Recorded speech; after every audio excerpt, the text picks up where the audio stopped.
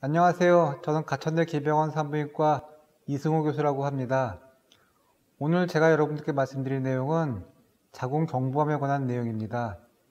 그래서 약간 좀 생소한 내용도 있을 것 같은데 저와 함께 쉬운 내용부터 시작해가지고 천천히 자궁 경부암이 어떤 질병이고 어떻게 대처를 하면 되는지 알아보도록 하겠습니다. 먼저 여러분 강의를 시작하기 전에 좀 간단한 퀴즈를 봐서 여러분들이 얼마나 자궁 경부암에 대해서 잘 이해하고 계신지 알아보도록 하겠습니다.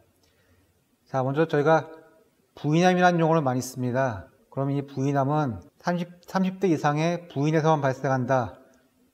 이게 맞으면 O, 틀리면 X를 선택해 주시면 되는데요. 여러분께서는 어떻게 생각하시나요? 정답은 X입니다. 부인암이라고 해서 부인들께서만 에게만 발생한 병이 아니고요. 여성에서는 발생할 수 있는 암을 얘기합니다. 역시 OX 퀴즈인데요. 그러면 부인암 예방에 있어서 조기 검진은 과연 중요할까요? 아니면 중요하지 않을까요? 네, 이건 좀 쉽죠? 당연히 조기 검진은 중요합니다. 암을 초기에 발견하냐, 말기에 발견하냐, 이거는 상당히 중요하기 때문에 조기 검진은 상당히 중요합니다. 다음 문제는 부인암이 청소년기에 발생하는 경우도 있다. 과연 이 말은 맞는 말일까요? 틀린 말일까요? 정답은 맞습니다. 처음에 말씀드린 것처럼 부인암이라고 결혼한 부인들께만 발생하는 병이 아니고 젊은 사람들, 빠르면 청소년기에 발생하는 경우도 있습니다. 그리고 굉장히 드물지만 유아나 소아에서 발생하는 경우도 있습니다. 자, 그래서 과연 부인암이 무엇인지 차근차근 살펴보겠습니다. 부인암이라고 해서 부인만 걸리는 암이 아닙니다. 그래서 통상 자궁과 난소에 발생하는 암을 통칭해서 말합니다. 산부인과가 크게 산과와 부인과로 나눠집니다. 산과는 주로 산모들, 출산에 관련된 과고요. 그리고 부인과는 이제 자궁이나 난소에 발생하는 질환들을 다루는 과인데, 그러다 보니까 부인암이라는 용어를 사용하게 되었습니다. 다른 암과 마찬가지로 나이 드신 분들에서 더 많이 발생하는 경향이 있습니다. 이거는 모든 암이 그렇습니다. 아무래도 암이 젊은 사람들보다는 나이 드신 분들에서 더 많이 발생하고, 부인암 역시 젊은 사람들보다는 나이 드신 분들에게서 더 많이 발생하는 경향을 보입니다. 그렇지만 젊은 여성, 드물게는 청소년기에 발생하는 경우도 있기 때문에 부인암은 어린 사람들한테는 생기지 않는다. 그렇게 생각하시면 큰 오해를 가지게 됩니다. 그리고 참고로 여성암이라는 용어도 많이 씁니다. 저희가 여성암이라는 용어를 쓸 때는 산부인과 부인암에다가 유방암이라던가 갑상선암을 통칭해서 얘기할 때 여성암이라는 용어를 쓰는 경우가 있습니다. 제가 말씀드린 암들이 주로 여성들에서 많이 생기기 때문에 그래서 여성암이라는 용어를 많이 쓰게 됩니다. 그래서 여성암 중에서도 부인암은 주로 자궁과 난소에 발생하는 암을 얘기하는 거고, 부인암에 대해서는 산부인과에서 진료를 받아야 된다. 그렇게 이해하시면 될 것 같습니다. 자, 그러면 자궁과 난소의 구조와 위치에 대해서 한번 살펴보도록 하겠습니다. 자궁과 난소는 골반 깊은 곳에 위치하고 있습니다. 그래서 여기 보면은 이쪽이 머리 쪽이고 이쪽이 다리 쪽인데요. 그리고 여기 배꼽이 있고 배꼽 아래쪽으로 골반 내에 자궁과 난소가 위치하게 되고, 그래서 자궁은 크게 자궁 몸통과 자궁 경부, 자궁 내막 이렇게 구분되어 있고, 자궁에서부터 난관이 나가서 난소와 자궁을 이어주는 역할을 하게 됩니다. 그래서 자궁 옆에 난관이 있고, 그리고 그 옆에 난소가 있습니다. 이 그림은 사람을 앞에서 본 그림입니다. 앞에서 본 그림이고, 이 그림은 사람을 옆에서 본 그림입니다. 그래서 이쪽이 앞쪽이 되고 이쪽이 뒤쪽이 됩니다. 그래서 지금 여기 보이는 이 장기가 자궁입니다. 이 장기가 자궁이고, 그래서 자궁 앞쪽으로는 방광이 있습니다. 그리고 자궁 뒤쪽으로는 장, 좀 더 정확히 얘기해서 대장이 있습니다. 대장 중에서도 이 부위를 직장이라고 얘기합니다. 그래서 자궁은 골반 내에 있고 자궁 앞에는 방광이 있고 자궁 뒤에는 대장, 정확히 얘기해서 직장이 위치하게 됩니다. 그래서 자궁에 대해서 자궁과 난소와 난관에 대해서 좀 더 자세하게 살펴보도록 하겠습니다. 자궁은 자궁 최부와 자궁 경부 이 두 가지로 나눠져 있고 그리고 좀 더 자세히 보면은 자궁 맨 바깥쪽을 장막 그리고 그 안쪽에 작은 근육층 그 안쪽에 점막이 있습니다. 그래서 이 점막 부위가 좀 전에 말씀드린 자궁 내막 부위가 됩니다. 그리고 이 자궁의 기능은 쉽게 얘기해서 임신할 때 아기 집의 역할을 하게 됩니다. 보통 젊은 여성에서는 자궁이 계란보다 좀 작다고 이해하시면 되는데요. 근데 이게 임신하게 되면은 점점 커져가지고 아기가 들어갈 수 있을 만큼 커지게 됩니다. 그리고 난관은 길이는 약 8 내지 14cm 정도 되고 속 지름은 가느다랍니다. 1mm 정도 됩니다. 그래서 난관의 역할은 정자와 난자가 만나서 수정, 즉 임신이 되게 하는 통로 역할을 하게 됩니다. 보시면 난소가 있고 자궁이 있죠. 그리고 요 난관, 다른 말로는 좀 더 쉽게 나팔관이라고 얘기하기도 합니다. 요 난관에 의해서 자궁과 난소가 연결이 되어 있습니다. 그래서 정자가 자궁 속으로 들어가서 난관을 통해서 난소와 만나서 임신이 돼서 자궁 안에 착상을 하게 됩니다. 다음 난소에 대해서 살펴보겠습니다. 그림에서 보다시피 난관과 난소는 우리 몸에서 오른쪽, 왼쪽 두 개씩 있습니다. 그래서 난소는 여성 호르몬과 황치 호르몬을 분비하는 역할을 합니다. 또한 난자의 저장소 역할을 합니다. 그래서 길이는 2.5에서 5cm, 폭은 1.5에서 3cm인데 쉽게 얘기해서 밤톨만 하다 그렇게 이해하시면 될 것 같습니다. 이게 난소도 역시 어렸을 때 좀 작다가 나이가 들어서 젊은 때는 좀 커져서 밤톨만해졌다가 그러다가 또 나이가 들면은 점점 난소 크기도 작아지게 됩니다.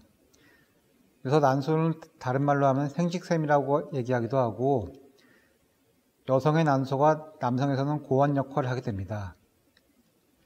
그리고 폐경 후에는 기능이 줄어들면서 현저히 감소하게 됩니다. 그래서 다시 한번 저희 자궁과 난소의 구조에 대해서 보면은 자궁은 자궁 체부, 자궁 경부로 이루어져 있고 그리고 나팔관은 자궁과 난소를 이어주는 역할을 하게 되고 나팔관과 난소는 우리 몸의 오른쪽, 왼쪽 두 개가 있습니다. 자, 이 그림은 월경 주기에 대해서 보여주는 그림입니다. 우리가 어떤 기전에 의해서 월경을 하게 되는지 이 그림을 보면서 차차 설명해 드리도록 하겠습니다.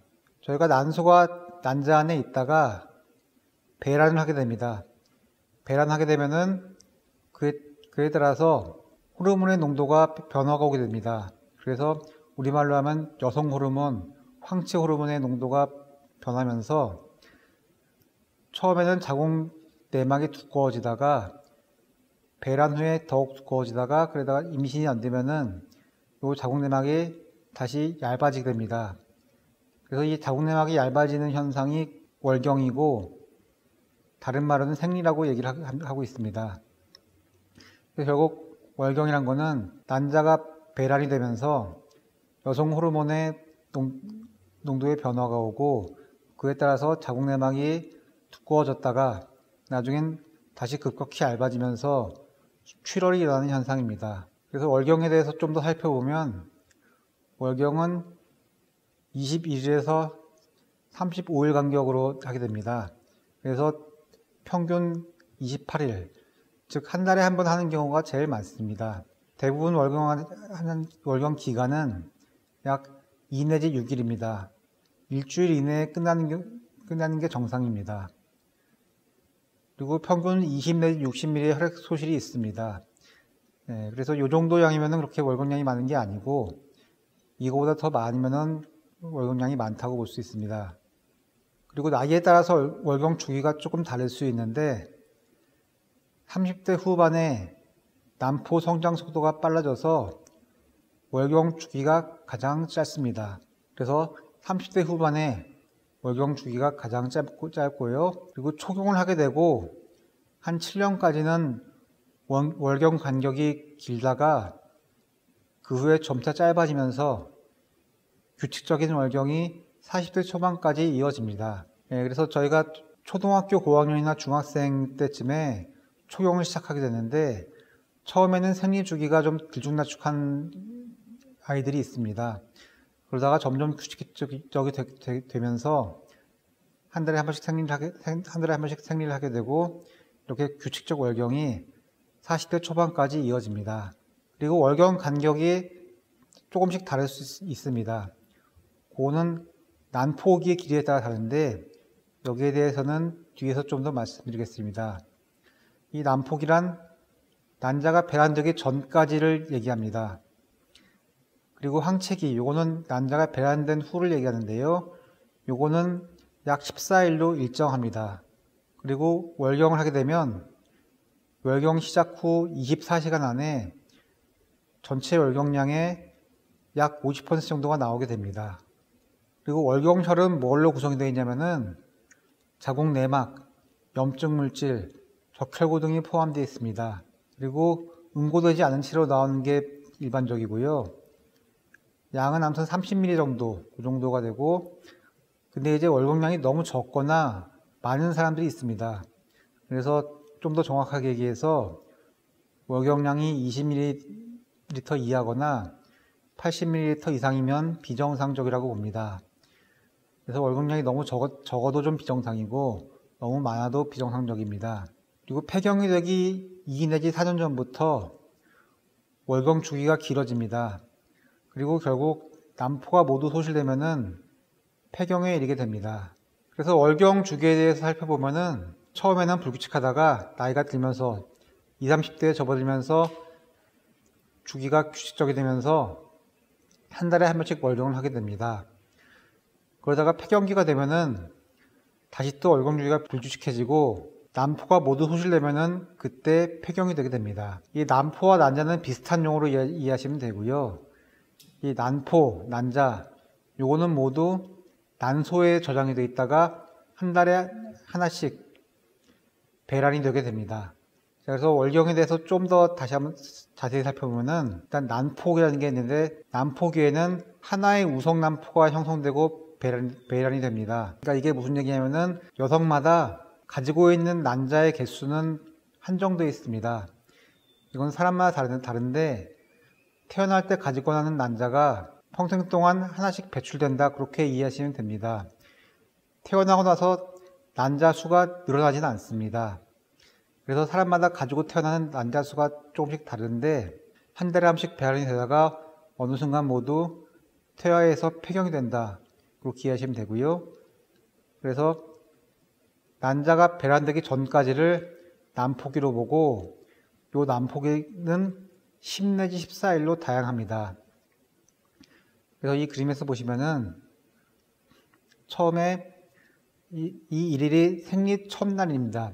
생리 첫날부터 약 2주, 즉 14일 후에 배란이 된다고 보고, 그래서 생리 첫날부터 배란이 되는 시기까지의 시기를 난포기라고 얘기를 합니다. 이때는 난자가 아직 배란이 되지 않고 난소 안에 있는 시기입니다. 그래서 난자가 난소 안에서 점점 커지다가 결국 14일쯤에 배란되게 됩니다. 다음은 황체기입니다. 황체기는 배란부터 월경이 시작하는 기간을 얘기합니다. 그래서 이 평균 길이가 14일이고 이 기간에 에스트로겐과 프로게스테론 합성이 됩니다. 그래서 이 황체기에 배란되고 나서 난소에서는 황체가 생성되게 되는데 임신이 되지 않으면 이 황체는 소멸되게 됩니다. 그리고 임신되지 않으면 황체는 퇴화되게 됩니다. 그렇게 되면서 에스트로겐과 프로게스테론의 생성이 중단됩니다. 그렇게 되면서 자궁내막이 파괴가 되고 월경이 발생하게 됩니다. 그림을 보시면은 월경 주기에 따라서 처음에는 에스트로겐, 즉 여성 호르몬의 농도가 올라가게 됩니다. 그리고 그 후에는 황체 호르몬, 프로게스테론의 농도가 올라가게 됩니다. 그랬다가 임신이 되지 않으면은 이 두 가지 농도 모두 급격하게 떨어지면서 자궁내막이 파괴가 되고 월경이 발생하게 되는 겁니다. 그래서 월경에 대해서 다시 한번 요약하면은 월경은 난소에서 난자가 배란되면서 호르몬 변화가 일어나면서 나타나는 현상입니다. 그에 따라 자궁내막이 두꺼워졌다가 얇아지면서 나타나는 현상입니다. 그렇기 때문에 자궁을 제거하게 되면은 월경은 없어지게 됩니다. 제가 실제로 환자분들께 많이 듣게 되는 질문인데요. 이제 자궁 절제술을 받아야 되는 분들이 있습니다. 그런 분들이 많이 궁금해하시는 내용이고 실제로 많이 물어보시는 내용입니다. 그래서 과연 폐경 전 나이에 자궁을 제거하면은 폐경이 되는 거 아니냐 하고 물어보시는 분들이 많이 있습니다. 자, 그럼 폐경이란 무엇이냐? 그거부터 살펴보겠습니다. 폐경은 난소가 기능을 다해서 배란이 되지 않고 호르몬이 더 배출되지 않을 때 나타나게 되는 현상입니다. 따라서 난소 보존 여부가 폐경에 중요합니다. 자궁을 제거하면 월경은 없어지게 됩니다. 그러나 난소는 제거하지 않고 남겨놓는다면 정확히 얘기해서 폐경이라고 얘기할 수는 없습니다. 왜냐하면 앞에서 살펴본 바와 같이 난소가 남아있다면 여성 호르몬이 계속 난소에서 생성되기 때문입니다. 그러므로 자궁을 제거하면 생리가 없어지지만 엄밀히 얘기해서 폐경이 되는 것은 아닙니다. 다시 한번 말씀드리면은 폐경이란 난소가 기능을 다해서, 즉 난자가 더 이상 이제 배출되지 않을 때, 그렇게 되면 여성 호르몬이 생성이 되지 않고 그에 따라서 더 이상 생리가 나오지 않게 되고 폐경에 이르게 되는 겁니다. 그래서 단지 자궁을 제거한다고 정확히 얘기해서 폐경이 된 건 아닙니다. 자궁을 제거하더라도 난소가 기능을 하고 있다면 여성 호르몬은 난소에서 계속 배출되게 됩니다.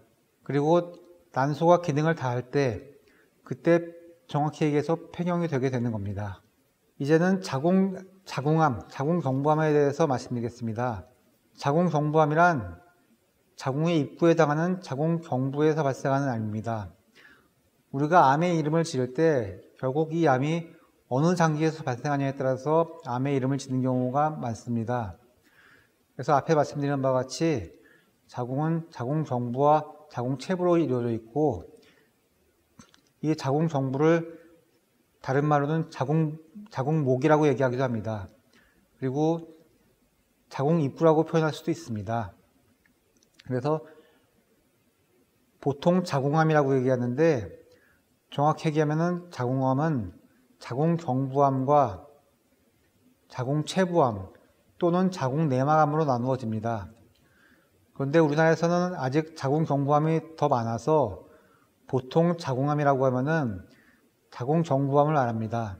현재는 자궁경부암이 조금 줄었고 자궁내막암이 조금 늘어난 추세입니다. 그렇지만 과거에는 자궁경부암이 훨씬 많았습니다. 그래서 저희가 쉽게 얘기해서 자궁경부암을 줄여서 그냥 자궁암이라고 얘기하는 경우가 많이 있었고 현재도 자궁암 검진이라고 얘기를 많이 하는데 그 얘기는 좀 더 정확히 얘기해서 자궁경부암 조기 검진을 받으러 간다. 그렇게 이해하시면 됩니다. 그리고 이 대부분의 자궁경부암은 자궁경부 상피내 종양이라는 전암성 변변을 거쳐서 발생합니다. 그러니까 이게 전암성 변변이란 암 전 단계라고 이해하시면 됩니다. 그래서 자궁경부 상피내 종양이라는 암 전 단계의 병을 거쳐서 자궁경부암이 발병하게 됩니다.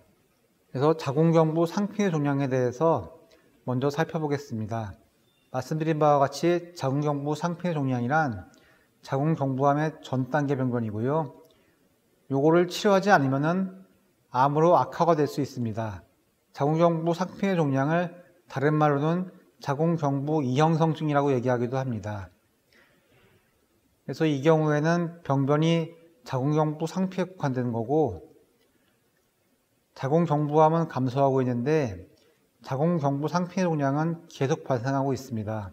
그리고 자궁경부 상피의 종양의 발생 연령은 점점 어려지고 있어서 10대나 20대에 진단되는 경우도 드물지 않게 있습니다. 그래서 자궁경부 상피의 종양은 다시 한번 말씀드려서 아직 암은 아니고 암 전 단계다, 그렇게 이해하시면 되고요. 이 단계에서 치료를 하면은 자궁경부암은 예방할 수가 있습니다. 그래서 자궁경부 상피의 종양의 치료는 어떻게 하냐면은 자궁경부 원뿔 절제술이라는 수술을 많이 시행합니다. 이 수술은 자궁경부를 원뿔, 즉 깔때기 모양으로 절제하는 수술입니다. 그림 보시면 여기 이렇게 원뿔이 있죠. 그래서 자궁경부를 이렇게 원뿔 모양으로 자르는 수술입니다. 그래서 이 수술 자체로 진단 겸 치료가 되고, 이 수술은 비교적 간단한 수술입니다. 그래서 옛날에는 마취하지 않고 하기도 했는데 아프다고 하시는 분들이 많아서 요즘은 대부분 마취하고 시행하고 있습니다. 그래서 이 수술이 큰 수술은 아닌데 젊은 사람들이 시행하게 되면 단점이 뭐냐면은 나중에 임신이나 임신 시에 유산이나 조선 위험성이 좀 커질 수 있습니다. 자궁경부 상피의 종양이 단계가 있습니다. 단계에 따라서 아주 초기의 경우에는 치료하지 않고 정기검진하면서 보기도 하는데, 초기가 아니고 암 바로 직전이다, 그렇게 예상되는 경우는 기다리지 않고 원뿔 절제술을 하는 경우가 많이 있습니다. 이제부터는 자궁경부암에 대해서 말씀드리겠습니다. 이 그림에서 보시면은 아까 처음에 보여드린 그림이죠. 그래서 여기 보면 자궁이 있고 자궁경부인데 자궁경부에 하얗게 종양이 있습니다. 이런 경우에 자궁경부암이라고 얘기를 하고요. 자, 여기 보이는 사람들은 저희가 영화 에비타라고 보신 분들 많이 계시죠. 그래서 실제 본명은 에바 프론이라고 하고 1919년에 태어나서 1952년에 사망했다고 합니다. 그래서 굉장히 젊은 나이에 사망했죠. 그리고 여기 보이는 배우는 매연방이라고 홍콩의 영화 배우였습니다. 그래서 이 배우도 굉장히 유명한 배우였는데 1963년에 태어나서 2003년에 사망했습니다. 그래서 이 영화 배우도 굉장히 젊은 나이에 사망했는데, 이 두 사람은 사망 원인에 공통점이 있습니다. 공통점이 뭐냐면 자궁경부암으로 사망했다고 알려져 있습니다. 그래서 자궁경부암의 현황에 대해서 말씀드리도록 하겠습니다. 세계적으로 2018년 1년 동안 전 세계적으로 자궁경부암은 57만 명이 발생했다고 합니다. 그럼 이 57만 명이라는 숫자가 어떤 숫자냐 하면은 언뜻 와닿지 않는데, 저희 길병원이 남동구에 위치하고 있는데 남동구 인구가 약 57만 명이라고 합니다. 그래서 세계적으로 남동구 인구만큼의 여성들이 자궁경부암으로 새로 진단이 됐고요. 그리고 31만 명이 자궁경부암으로 사망했다고 알려져 있습니다. 그럼 이 31만 명이란 또 어떤 숫자인지 어떤 인구인지 와닿지가 않는데, 이 31만 명은 인천 계양구 인구가 31만 명이라고 합니다. 그래서 그렇게 많은 사람들이 1년 동안 자궁경부암으로 사망했다고 합니다. 그래서 여성암 발생률과 사망률에 있어서 4위를 기록했고요. 그런데 다행히도 우리나라나 미국, 유럽 등에서는 국가적 예방 검진 사업으로 발생 빈도가 감소하고 있습니다. 그렇지만 개발도상국에서는 여전히 발생 빈도가 높아서 사망률에서는 3위를 차지한다고 합니다. 그리고 사망률도 국가별로 편차가 커서 자궁경부암 사망자 10명 중에서 9명이 저소득 국가 환자라고 합니다. 그래서 자궁경부암은 아직 세계적으로 많이 발생하는 질환입니다. 1년에 남동구 인구만큼의 인구가 자궁경부암에 걸리고 있고, 그리고 계양구 인구만큼의 환자가 자궁경부암으로 사망하고 있습니다. 다행히 우리나라에서는 국가적 예방 검진 사업으로 인해서 발생 빈도가 많이 감소했고, 그리고 치료 기술이 발전해서 사망률도 많이 줄어들고 있습니다. 우리나라에서는 현재 지속적으로 감소하고 있고 여성암 발생의 약 3 내지 4% 정도를 차지하고 있어서 여성암 중에서 7위를 차지하고 있습니다. 그래서 옛날보다는 많이 감소한 겁니다. 옛날에는 여성암 중에서도 굉장히 수위를 다퉜는데 지금은 좀 많이 감소했고요. 연령별로는 40대가 제일 많아서 40대가 약 26%, 50대가 23%, 30대가 15% 정도를 차지한다고 알려져 있습니다. 근데 좀 안 좋은 거는 젊은 사람들에서 좀 발생비가 좀 높아져가지고 젊은 사람들, 즉 15 내지 30대 중반에서의 발생률은 갑상선암, 유방암에 이어서 약 3위를 차지하고 있다고 알려져 있습니다. 그리고 여성암 유방률에서 5위를 차지하고 있습니다. 그래서 갑상선암, 유방암, 대장암, 위암 다음으로 자궁경부암이 자리를 차지하고 있고요. 그렇지만 5년 생존율은 약 80% 정도로 전체 암의 5년 생존율보다는 높고 미국이나 캐나다, 일본보다도 높은 걸로 알려져 있습니다. 그래서 자궁경부암은 우리나라에서는 감소하고 있지만 그래도 아직은 많이 발생하고 있고 다행히 치료 기술이 많이 발전해서 5년 생존율은 다른 암들에 비해서 상당히 좋다. 그렇게 이해하시면 될 것 같습니다. 다음은 자궁경부암의 위험인자에 대해서 살펴보도록 하겠습니다. 인유두종 바이러스에 대해서 이제 들어보신 분들이 많이 계실 것 같은데요. 이거를 영어로는 휴먼 파필로마 바이러스, 약자로는 HPV라고 얘기를 많이 합니다. 그리고 다른 용어로는 사람 유두종 바이러스, 사람 사망의 바이러스, 인유두종 바이러스라고 얘기하기도 하는데 다 같은 얘기입니다. 그리고 종류가 한 150여 종 이상이 알려져 있고요. 그럼 이 바이러스는 어떻게 전염되냐?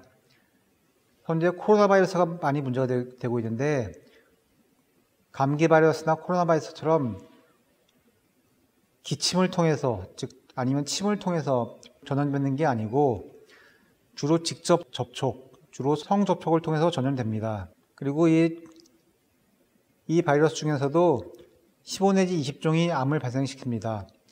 그래서 여러분들도 좀 들어보셨을 것 같은데 이 여러 종류 중에서도 16번, 18번 이게 많이 알려져 있고요. 그리고 그 외에도 여러 가지 유형이 있습니다. 그래서 이런 종류의 바이러스가 자궁경부암의 약 90%와 관련이 있습니다. 그렇지만 이 바이러스 중에서 암을 발생시키지 않는 바이러스도 있습니다. 그래서 대표적인 게 6번, 11번이 있는데요. 이 바이러스는 암을 일으키지는 않지만 생식기 사마귀를 일으킵니다. 그래서 이 인유두종 바이러스는 자궁경부암, 항문암, 생식기 사마귀 등을 일으키는 원인균이 되고 있습니다. 자, 그래서 말씀드린 바와 같이 인유두종 바이러스도 감기 바이러스나 간염 바이러스와 같이 바이러스 일종입니다. 그리고 생식기 사마귀, 자궁경부암 등의 주된 원인입니다. 빈도는 남자와 여자 모두에게서 매우 흔합니다. 정상적으로 성생활을 하고 있는 남녀 중에서 적어도 50 내지 80% 정도가 일생 동안 한 번은 인유두종 바이러스에 걸린다고 알려져 있습니다. 그렇지만 이 고위험 인유두종 바이러스에 걸린다고 반드시 자궁경부암이 발생하는 것은 아닙니다. 대부분의 경우에는 바이러스가 저절로 없어집니다. 그리고 약 5%에서는 이 바이러스가 없어지지 않고 나중에 자궁경부암을 발생시키게 됩니다. 그래서 고위험군 인유두종 바이러스에 걸린 경우에 반드시 정기적인 자궁경부암 검사를 받아야 합니다. 그렇다면 다시 한번 말씀드리면 인유두종 바이러스는 굉장히 흔합니다. 굉장히 흔하고 환자분들 중에서 이 바이러스 검사에서 바이러스에 걸렸다고 굉장히 걱정하시는 분들이 많은데요. 이 바이러스에 걸렸다고 무조건 암이 생기는 건 아니고 대부분은 바이러스가 저절로 없어지고 극소수 약 5% 이하의 환자에서만 이 바이러스가 없어지지 않고 자궁경부암을 일으킨다. 이렇게 이해하시면 됩니다. 대부분의 경우 특히 사춘기와 젊은 여성에서의 인유두종 바이러스 감염은 9 내지 15개월 후에 저절로 없어집니다. 그리고 현재 이 인유두종 바이러스를 없애는 치료 방법은 없습니다. 정기적인 자궁경부 검사를 받아야 되고요. 그리고 감염된 경우에 성생활을 중단해야 되냐 그렇게 여쭤보신 분들도 많이 계시는데요. 성생활을 중단할 필요까지는 없습니다. 이거는 저희 나라에서 나온 연구 결과입니다. 한 논문에 있는 연구 결과인데요. 여학생 370명, 남학생 양 380명을 대상으로 검사를 했습니다. 그랬더니 요 인유두종 바이러스에 걸린 여학생은 약 38%, 남학생은 10% 정도에서 인유두종 바이러스에 감염된 것으로 나타났습니다. 그리고 한국 학생들이 성관계를 시작한 나이의 중앙값은 약 18세로 유럽이나 미국 학생들에 비해서 늦습니다. 그렇지만 성관계 시작 이후에 이 바이러스의 유병률은 급격히 증가해서 유럽이나 미국의 유병률과 유사했다고 이 논문에서는 밝혀졌습니다. 또 다른 논문입니다. 또 다른 국내 현황에 관한 논문인데요. 이 논문에서는 이 연구에서는 78 내지 79세 한국 녀석 약 6만 명을 대상으로 연구를 진행했습니다. 그랬더니 평균 3명 중에 1명이 이 바이러스에 감염이 됐다고 나타났고요. 연령에 따른 유병률을 조사해 봤더니 젊은 여성에서, 그러니까 20대 여성에서 약 2명 중 1명으로 가장 높았습니다. 그리고 역시 특별한 치료 방법은 없었고요. 임상 증상에 따른 치료를 하면 되고, 그렇지만 이 바이러스 자체를 없애는 치료약은 아직 없습니다. 그래서 성생활을 하는 여성의 80% 이상은 50세까지 인유두종 바이러스 감염을 경험하게 됩니다. 자, 이 그림을 보면 연령별로 이 바이러스 감염률을 보여주는 건데요. 보시면은 20대 젊은 여성에서 유병률이 제일 높은 것을 알 수 있습니다. 자, 저희가 흔히 사마귀라고 얘기를 많이 합니다. 지금 여기 보면 손등에 이렇게 사마귀가 났죠. 그래서 이게 보면은 이 사마귀는 사전적인 정의를 보면은 피부 위에 나달만하게 도드록하고 납작하게 도는 반질반질한 군살이라고 정의가 되어 있습니다. 그래서 이게 우리말 어원을 살펴보면은 옛날에는 사마귀라고 했다고 합니다. 그랬다가 샤마귀라고 얘기를 했다가 그 후에 사마귀로 바뀌었다고 합니다. 그래서 이제 사마귀가 점점 바뀌어서 결국은 지금은 사마귀라고 얘기를 한다 이렇게 알려져 있고요. 그럼 이 사마귀는 왜 생기냐? 그걸 살펴보면요. 저희 풀밭에서 흔히 볼 수 있는 사마귀죠. 그래서 저는 어렸을 때 그런 얘기를 들었습니다. 풀밭에서 잘못 놀아가지고 잘못해서 사마귀에 물리면 사마귀가 생긴다. 이렇게 알렸는데요. 요 사마귀는 우리 몸에 생기는 사마귀하고는 전혀 관계가 없습니다. 그래서 우리 몸에 생기는 사마귀의 주범은 이 풀밭에 있는 사마귀가 아니고요. 방금 말씀드린 인유두종 바이러스, 사마귀 바이러스가 우리 몸에 발생하는 사마귀의 주 원인균입니다. 자, 그럼 자궁성부암이 언제 발생 위험이 높냐면은 이 인유두종 바이러스가 성관계하고 좀 관계가 있기 때문에 성경험 나이가 빠른 경우에 발생 위험이 높습니다. 그래서 어떤 연구 결과에서는 21세 이후에 성경험을 한 환자들에 비해서 18세 미만의 성경험이 있는 경우에 위험도가 2배 늘어나는 것으로 보고되어 있습니다. 그래서 성경험 시작 나이가 어릴수록 자궁경부암이 발생 위험이 높게 됩니다.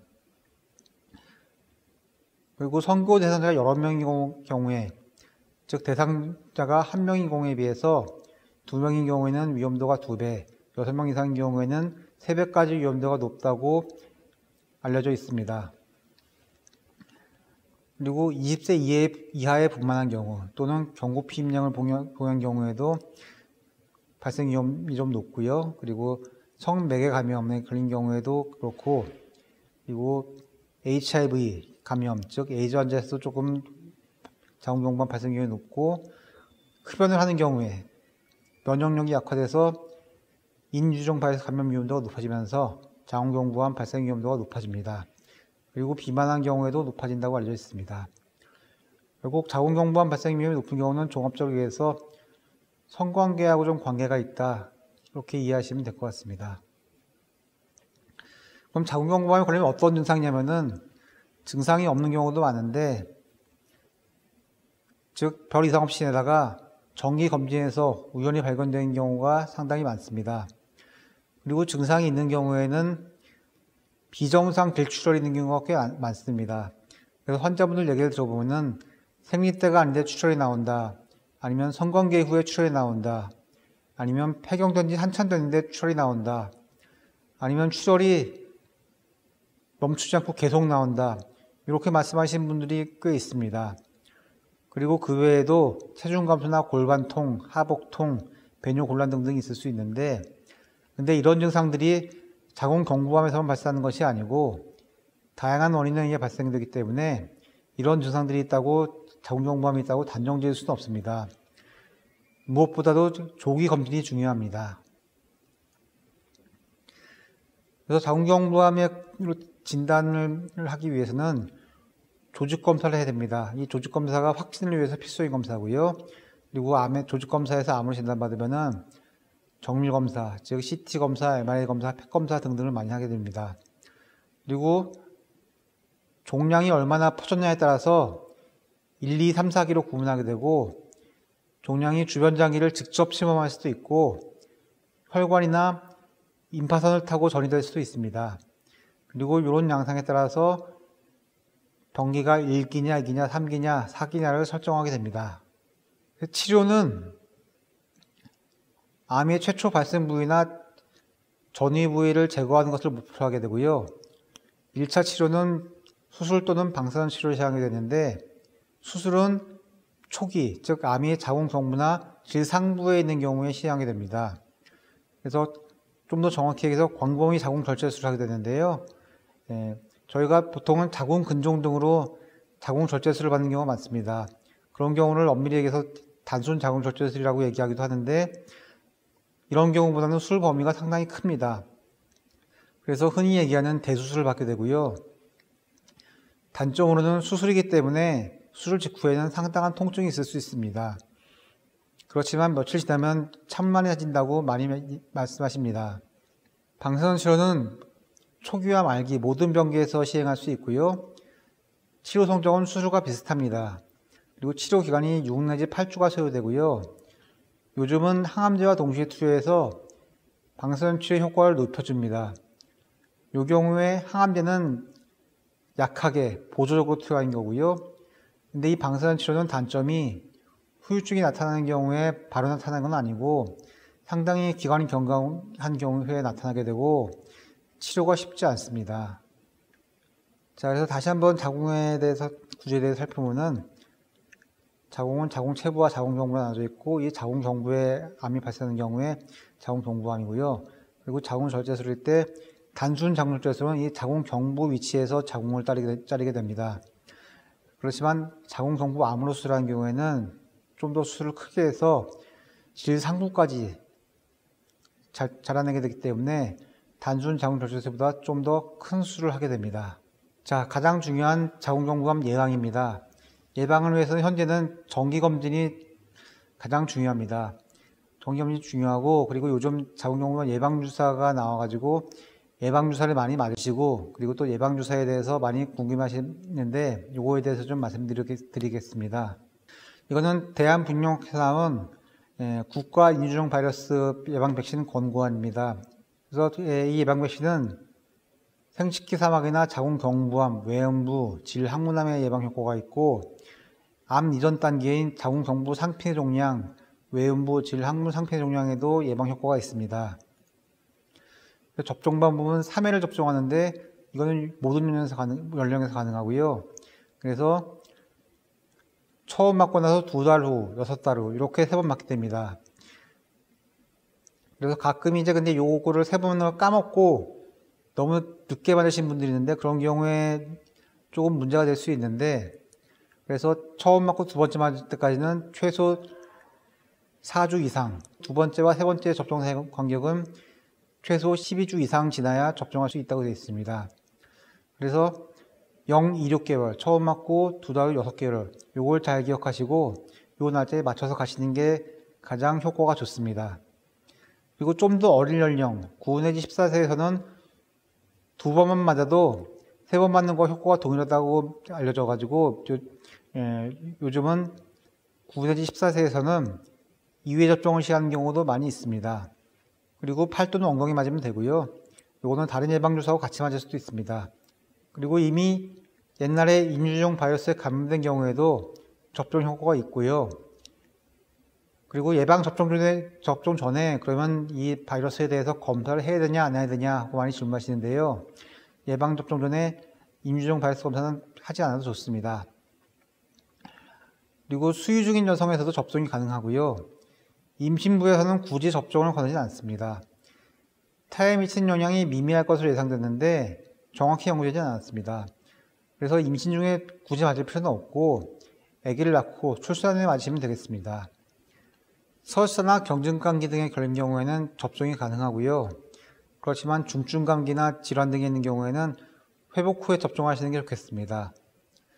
그리고 부작용에 대해서 걱정하시는 분들이 많이 있는데 실제로 몇 년 전에 부작용에 대해서 좀 언론에도 보도가 되면서 문제가 되는 경우가 있었는데 근데 부작용이 나타나는 경우가 굉장히 드물기 때문에 너무 걱정하실 필요는 없습니다. 단 주사를 맞고 나서 한 30분 정도 병원에서 좀 쉬었다가 가시는 걸 권장하고 있습니다. 그래서 요약해서 말씀드리면 자궁경부암 예방주사는 주사를 맞기 전에 굳이 검사할 필요는 없고요. 만약에 현재 임신 중이시라면 아기를 낳고 나서 맞으시면 되고요. 그리고 부작용에 대해서는 너무 굉장히 드물기 때문에 너무 걱정하실 필요는 없습니다. 자, 이제 마지막입니다. 마지막으로 자궁경부암 예방에 대해서 요약해서 다시 한번 말씀드리겠습니다. 일단 예방 백신에 대해서 말씀드리면은 인유종 바이러스 예방 백신인데 요거는 암 백신으로는 최초입니다. 즉, 암 예방주사가 인유종 바이러스 말고는 없습니다. 그래서 세계적으로 최초로 개발된 암 예방주사라고 이해하시면 되고요. 요거는 3번 맞으시면 됩니다. 그렇지만 좀 더 어린 연령, 9 내지 14세에서는 2번만 맞아도 효과가 있다. 이렇게 기억하시면 되고요. 그리고 좀 더 중요한 조기 검진을 보면은 이거는 정확히 얘기해서 자궁경부 세포진 검사를 얘기하고요. 20세 이상의 성경험이 있는 여성에서 하게 됩니다. 그리고 얼마나 자주 해야 되냐, 요거에 대해서는 좀 연구 결과마다, 그리고 나라마다 좀 다른데요. 1 내지 2년마다 시행하는 것을 많이 권고하고 있고요. 그리고 저희 우리나라는 의료보험공단에서 공짜로 해주는 국민검진에 포함되어 있습니다. 자, 그리고 여기서 또 퀴즈 한 가지 보겠습니다. 그럼 자궁경부암 예방주사를 맞으면은 자궁경부암 검진을 받지 않아도 된다. 이렇게 생각하시는 분들이 있는데 이게 맞을까요? 틀릴까요? 근데 정말 안타까운 거는 간혹 가다가 검진을 받지 않아서 암이 늦게 발견되는 경우가 있습니다. 현재도 그런 분들이 상당히 암이 진행된 상태에 발견되는 경우가 있는데요. 그런 분들이 더 안타까운 거는 검진을 받지 않아서 암이 늦게 발견된 경우가 아직도 상당히 있습니다. 그래서 그런 경우를 볼 때마다 상당히 안타까움을 느끼게 되는데요. 반드시 시간 내셔서 자궁경부암 조기검진을 받으셔서 자궁경부암으로부터 여러분 자신을 스스로 잘 지키실 수 있기 바랍니다. 정평해 주셔서 감사합니다.